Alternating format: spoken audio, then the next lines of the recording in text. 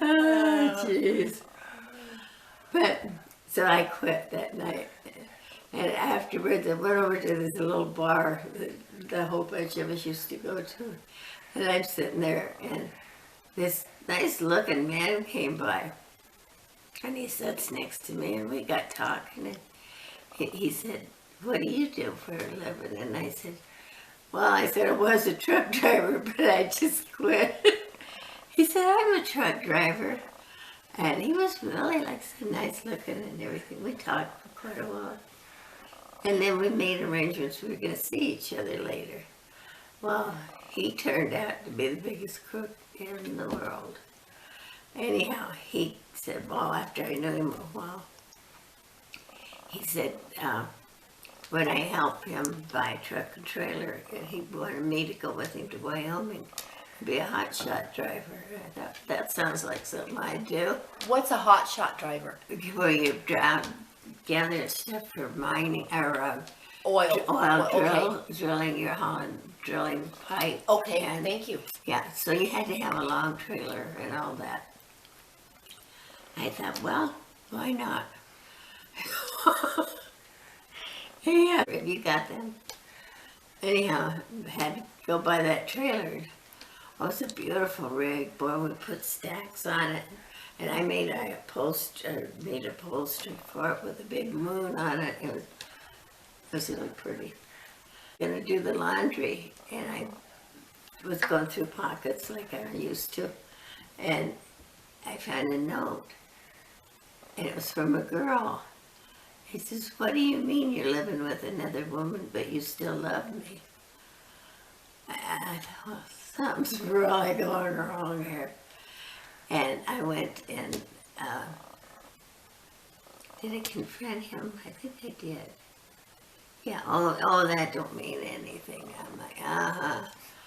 Anyhow, it turned out I made up my mind I'm coming home back.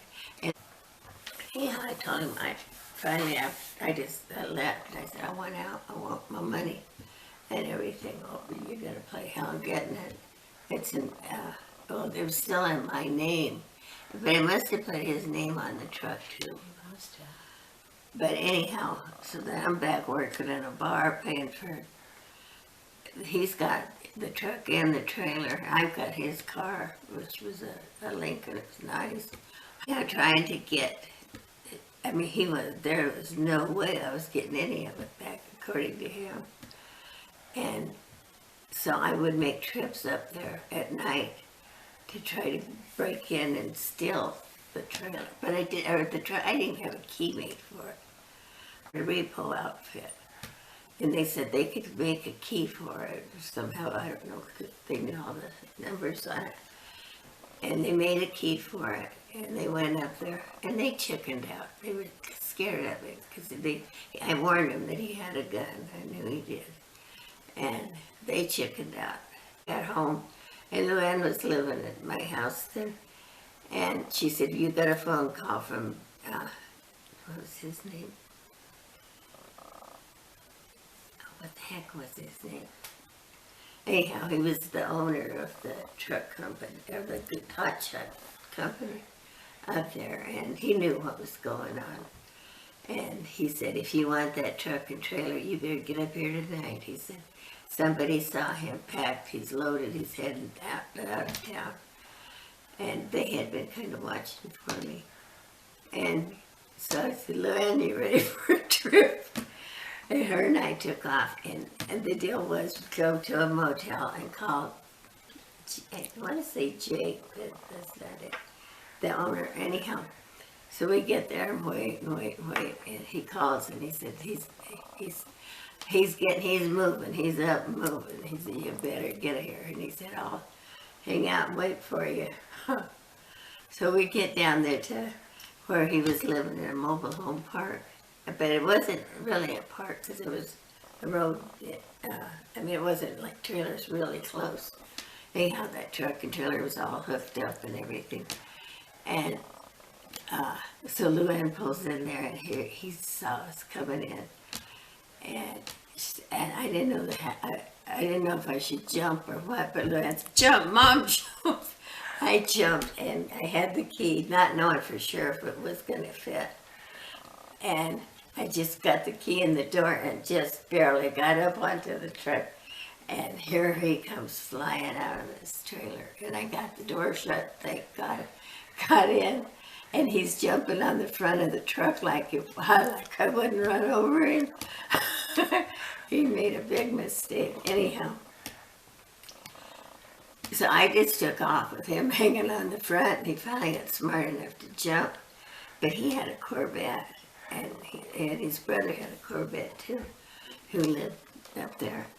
But anyhow, I take off, and I mean, I was shaking so bad. My foot is like that going through downtown Casper because I missed the turnoff. That's probably one of the good things that happened to me. But here I am in downtown Casper, and I finally figured out where I'm at and got out and got back on the highway. And man, I'm flying down the road.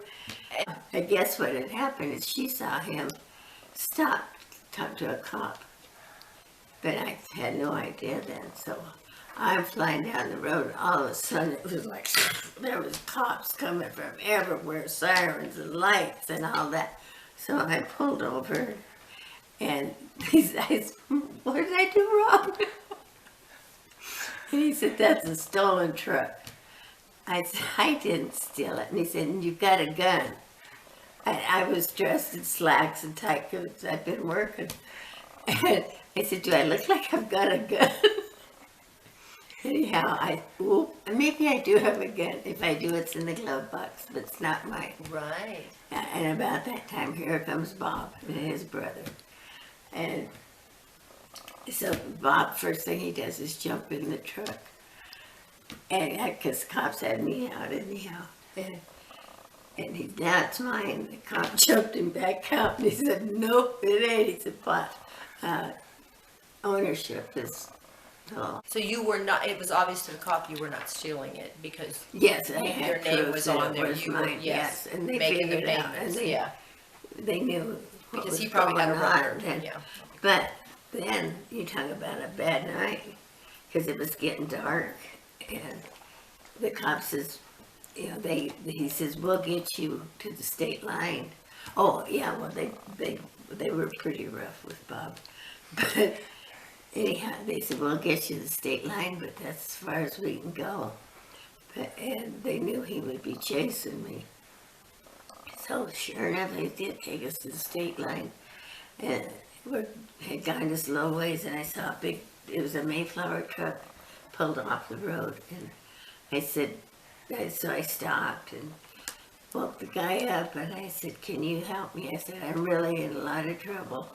Told him what was going on, that I had 2 Corvettes that were going to be chasing me. And that guy got on his CB, and I got trucks coming from everywhere. They sandwiched me in all the way to Denver.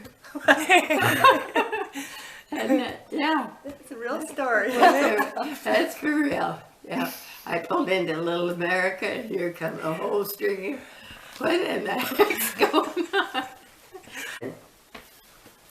So, and then the funny part though was I really got to him because Jess, this guy's name, the owner of the company, called me and said, "Joanne, will you go to court for me?" And I said, "For what?" "Over Bob." He said, "He was nothing but a damn thief. He had stolen a whole bunch of stuff from there." Yeah. And I said, "You bet, I would love to." And I reamed him bad. It was so much fun though. Yeah. But come to find out, he'd been in prison. He'd been in prison, yes. Do you know for what? I'm not really sure. Thieving. He was a thief. Yeah. Yeah, but I felt hard for that. Because he was good looking, huh? Yeah. In fact, there's a movie star, I can't tell you his name, he looked just like me. Yeah. I learned a lot the hard way. We all do. Oh my God.